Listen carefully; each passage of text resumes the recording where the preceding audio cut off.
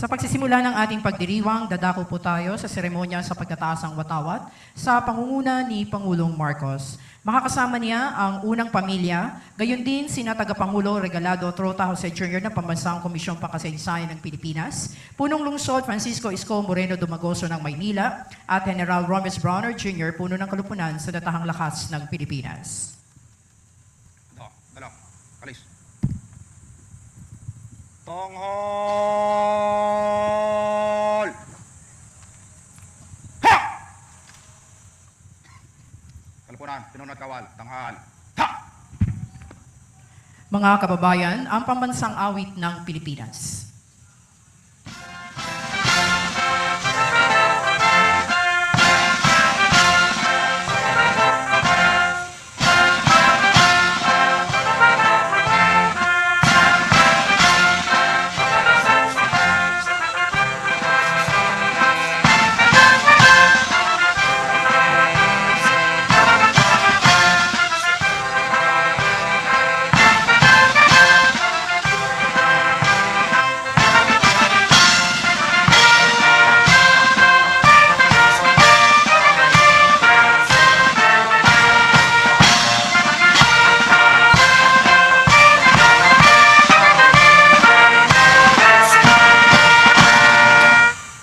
Pinunod kawal, baba, ha!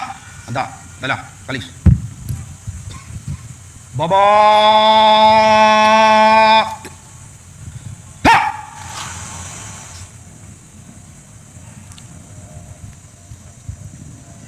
Sabay-sabay po nating bigkasin ang panunumpa sa watawat ng Pilipinas sa pamumuno ni Cadet Girl Scout Queen Hannah Diana Ruth A. Magusib ng Girl Scouts of the Philippines.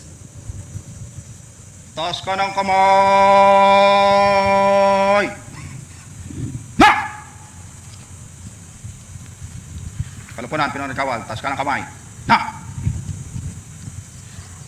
Ako ay Pilipino, buong katapatang nanunumpa sa watawat ng Pilipinas at sa bansang kanyang sinasagisag na may dangal, katarungan at kalayaan na pinakikilos ng sambayanang makadiyos, makatao, makakalikayasan at makabansa. Kalupunan, pinunod kawal, bawa kamay. Ha! Baba kamay!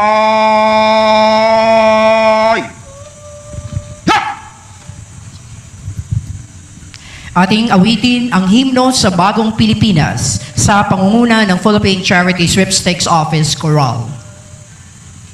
Panahon na ng magbabago, dahil sa ito ay kinakailangan. Tayo na magtulong-tulong na paunlarin ang mahal nating bayan.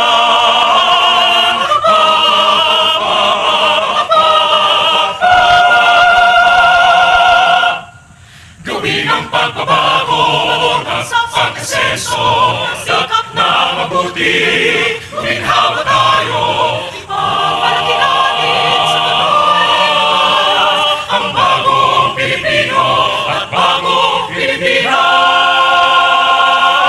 Panahon na ng pagbabago, mamuna sa kahit anong larangan.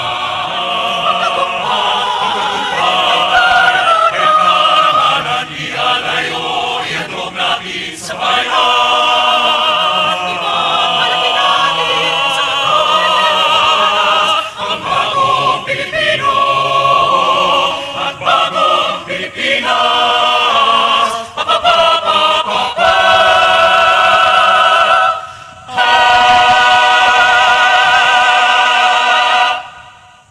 Ating bigyang daan ang sabay-sabay na pagbigkas ng panata sa Bagong Pilipinas na pamumunuan ni Scout Emmanuel R. Magpali, Regional Scout Representative, National Capital Region, Boy Scouts of the Philippines.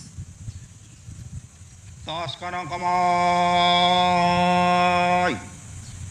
Ha! Kalupunan, pinunod kawal, taas ka ng kamay. Ha! Bilang Pilipino, buong pagmamalaki kong isasabuhay ang bagong Pilipinas. Buhay sa aking dugo ang lahing dakila, magiting at may dangal. palaging dadalhin sa puso, isip at diwa ang aking pagmamahal sa kultura at bayang sinilangan. Kaisa ng bawat mamamayan, iaalay ko ang aking talino at kasanayan sa pagpapaunlad ng aking bayan. Taglay ang galing na naaayon sa mga pandaigdigang pamantayan.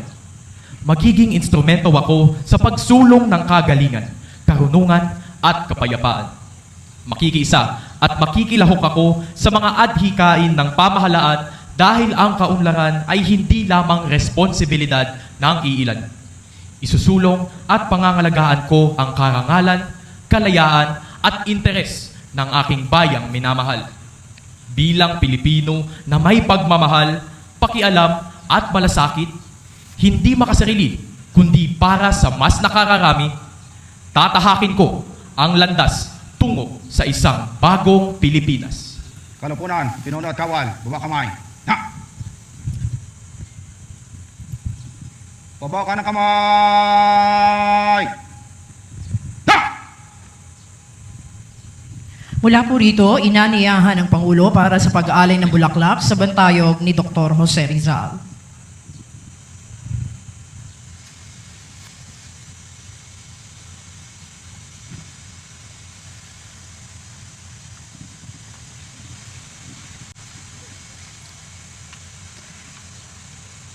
Isasagawa po ng ating Pangulong Ferdinand R. Marcos Jr. ang pag-aalay ng bulaklak. Makakasama niya sina Tagapangulo Regalado Trota Jose Jr. ng Pambansang Komisyong Pangkasaysayan ng Pilipinas at General Romes Browner Jr. ang puno ng kalupunan sa Sandatahang Lakas ng Pilipinas. Handa, dala, alis. Mahal na Pangulo, handa na po ang pag-aalay. Pit pa kanan. Cut!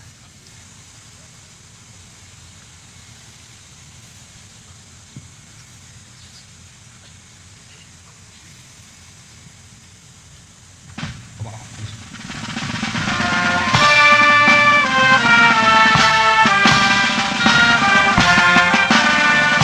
Atin na pong saksihan ang pag-aalay ng bulaklak sa bantayog ni Dr. Jose Rizal.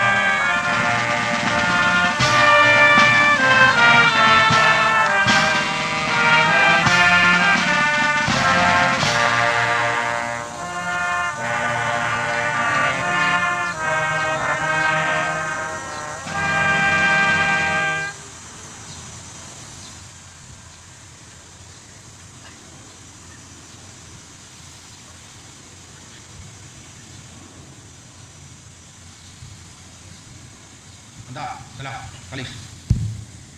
Tanghal!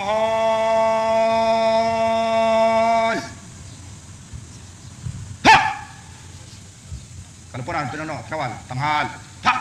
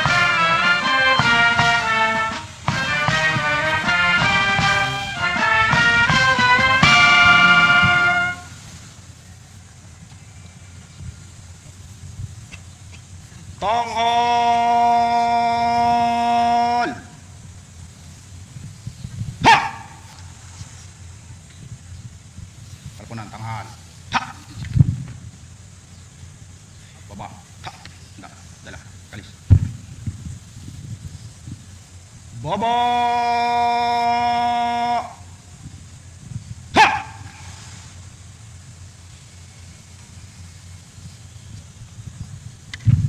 Mahal na Pangulo, tapos na po ang pag-aalay.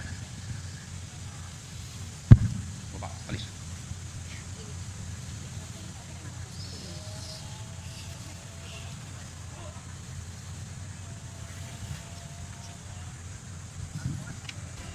Dito po nagtatapos ang seremonya sa pag-aalay na bulaklak sa bantayog ni Dr. Jose Rizal. Marami pong salamat sa ating Pangulong Ferdinand R. Marcos Jr. at sa unang pamilya.